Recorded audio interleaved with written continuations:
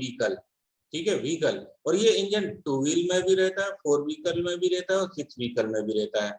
तो हम क्या करते हैं कि हम इस तरीके से हमारे प्रोग्राम को डिवाइड करते हैं कि हमें कोई भी फंक्शन सिर्फ एक बार लिखना पड़े। अगर व्हीकल के बारे में मैं बात कर रहा हूं तो मैं इंजन के बारे में भी बात करूंगा, मैं उसके 4 व्हीलर से मतलब व्हील्स के बारे में भी बात करूंगा और अदर फीचर्स की भी बात करूंगा, ठीक है, गियर्स के बारे में भी बात करूंगा। तो जब मैं ये सारी डिस्कशंस ऑलरेडी मैं कर चुका हूँ व्हील के बारे में, और जब मैं 2 व्हील के बारे में बात करूंगा तो वहां पर मैं ये इंजन्स और गियर्स और इनके बारे में बात नहीं करूंगा, क्योंकि I have already defined these things in the vehicle class. So we will access these functions from the vehicle class to the 2 vehicle class. अगर मैं 2 vehicle की बात कर रहा हूँ, 2 व्हीलर्स की बात कर रहा हूँ, तो मैं इंजन से, गियर्स हैं, ये सारे फंक्शन कहाँ से इनहेरिट कर लूंगा? व्हीकल क्लास से इनहेरिट कर लूंगा। तो I have no need to define second times in case of the 2 vehicle. Similarly, if we are talking about the 4 vehicle, 4 wheelers की बात कर रहा हूं, मैं कार की बात कर रहा हूं, तो I have already discussed engine, gears and the sittings और व्हीकल। तो ये फंक्शन मैं ऑलरेडी व्हीकल क्लास में डिफाइन कर चुका हूं, तो वहां से मैं ये इनहेरिट कर लूंगा डायरेक्टली। जब मैं 4 व्हीकल की बात करूंगा तो मेरे को 4 व्हीकल की क्लास में इन फंक्शन को दोबारा से डिफाइन करने की जरूरत नहीं होगी। तो basically inheritance is the properties होती है कि आप उनको एक क्लास से दूसरी क्लास में आप एक्सेस कर सको डेटा को। एक क्लास आपने बनाई, उसके जस्ट नीचे दूसरी क्लास बनाई है, अलग से एक क्लास बनाई, लेकिन अगर आप पहली क्लास की डेटा को इनहेरिट करना चाहते हैं सेकंड क्लास में, तो आपको इनहेरिटेंस का कॉन्सेप्ट यूज करना पड़ेगा। और ये सिर्फ इसलिए हम करते हैं कि हमें बार बार इस फंक्शन को डिफाइन करने की जरूरत ना पड़े। जो फंक्शंस इनहेरिट हो सकते हैं हम उनको यूज कर लें bye using the concept of the inheritance.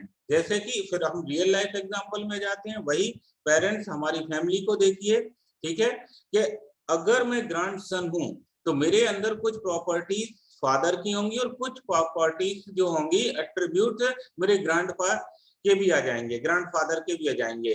कि जनरली जैसे बोलते हैं, आप लोगों ने सुना होगा कि यार ये इनका आपके लड़के का नेचर तो आपके पिताजी के जैसा है, मतलब आपने सुना होगा, मतलब दादाजी के ऊपर गया है, ये चाचा के ऊपर गया। मतलब क्या हो रहा है कि हमने कुछ प्रॉपर्टीज इनहेरिट कर ली हैं। मैं एक अलग क्लास हूं, मेरे चाचा एक अलग क्लास है, फादर अलग क्लास है और ग्रैंडफादर अदर क्लास है, लेकिन उन सबके कुछ ना कुछ कैरेक्टर मेरे अंदर आ गए हैं। दैट मींस मैंने कुछ उनके एट्रीब्यूट को या उनकी कुछ फंक्शनैलिटी को इनहेरिट कर लिया है। That is the inheritance concept. I think it is clear. Yes, sir. Okay. Now come to the polymorphism. Simple polymorphism का मैंने आपको बताया है कि सिर्फ नाम एक है, लेकिन उस एक नाम से आप डिफरेंट काम करा सकते हो। That is a polymorphism. ठीक है? Look at this in the class shape. For example, look at this in the class shape. We define a member function draw. ठीक है, draw एक member function है, लेकिन इस draw को मैं अलग अलग तरीके से यूज कर सकता हूं।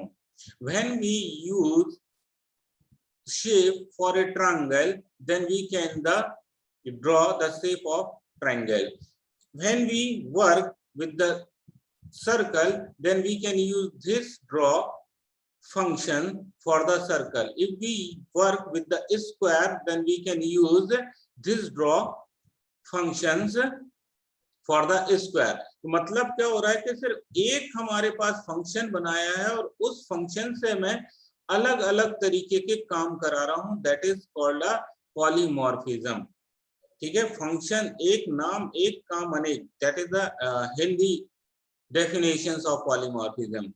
One's name, multiple work. This is the polymorphism definition. So by using a single function, we can work with the multiple work we can used by a single person. That is called a polymorphism.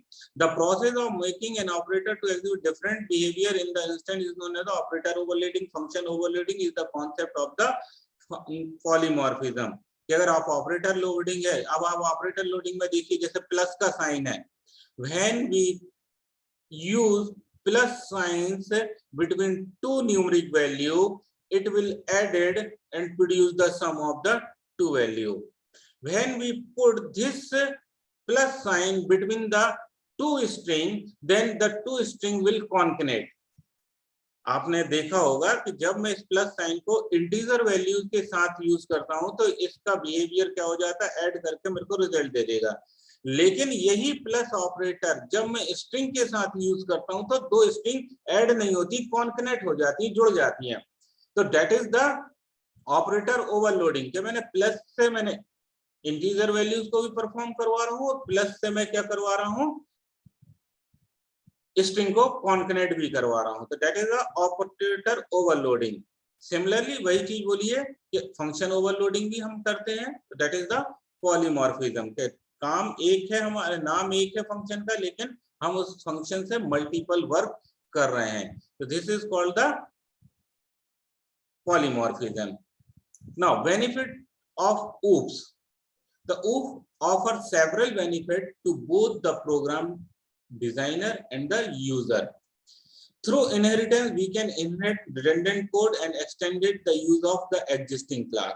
सबसे पहला काम है हमारा benefit जो है हमारा क्या हो रहा है, इनहेरिटेंस से क्या हो रहा है, हम जो इलिमिनेट कर सकते हैं रिडंडेंट कोड को। जैसे कि मैंने अभी बात करी थी कि अगर मैं एक प्रोजेक्ट बना रहा हूं जिसमें मेरे को व्हीकल के बारे में डिस्कस करना है, मैं already I have create a class of vehicle where we have already defined some member function like the vehicles, gear, engine, seat.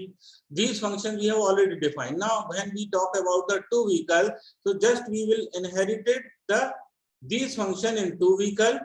When we work with the four vehicle, we can inherit these functions in the four vehicle class. So redundant code can be eliminated.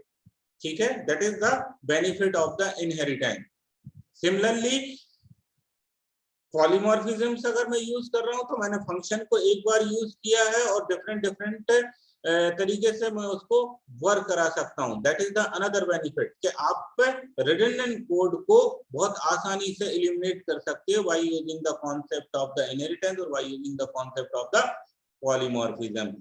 ठीक है, इसके बाद we can build program from the standard working module that communicate with one another rather than having to start writing code from the scratch. Means basically development time and higher productivity की अगर मैं बात करता हूं तो मैं अपने code को oops के कॉन्सेप्ट में कन्वर्ट करता हूं। ठीक है, कि मैं एक पूरा कोड लिखूं, पर लाइन बाय लाइन लिखूं, जिससे अच्छा है कि मैंने अलग अलग फंक्शन बना लिए हैं और ये फंक्शन क्या होंगे, जब भी मेरे को जरूरत पड़ेगी मैं इस फंक्शन को डायरेक्टली यूज कर लूंगा, कॉल कर लूंगा। ये जरूरी नहीं है कि मेरा सपोज करिए कि मैंने एक प्रोजेक्ट कंप्लीट करके बना दिया, फॉर एग्जांपल कि मैंने एक लाइब्रेरी का प्रोजेक्ट बनाया, उसमें मैंने पूरा स्टूडेंट का रिकॉर्ड का बनाया, उसमें मैंने पूरा फैकल्टी के रिकॉर्ड का बनाया।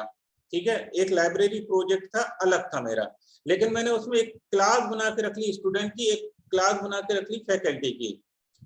Now I have completed library project, it is running very smoothly. Now I am working on another project like the student MIS.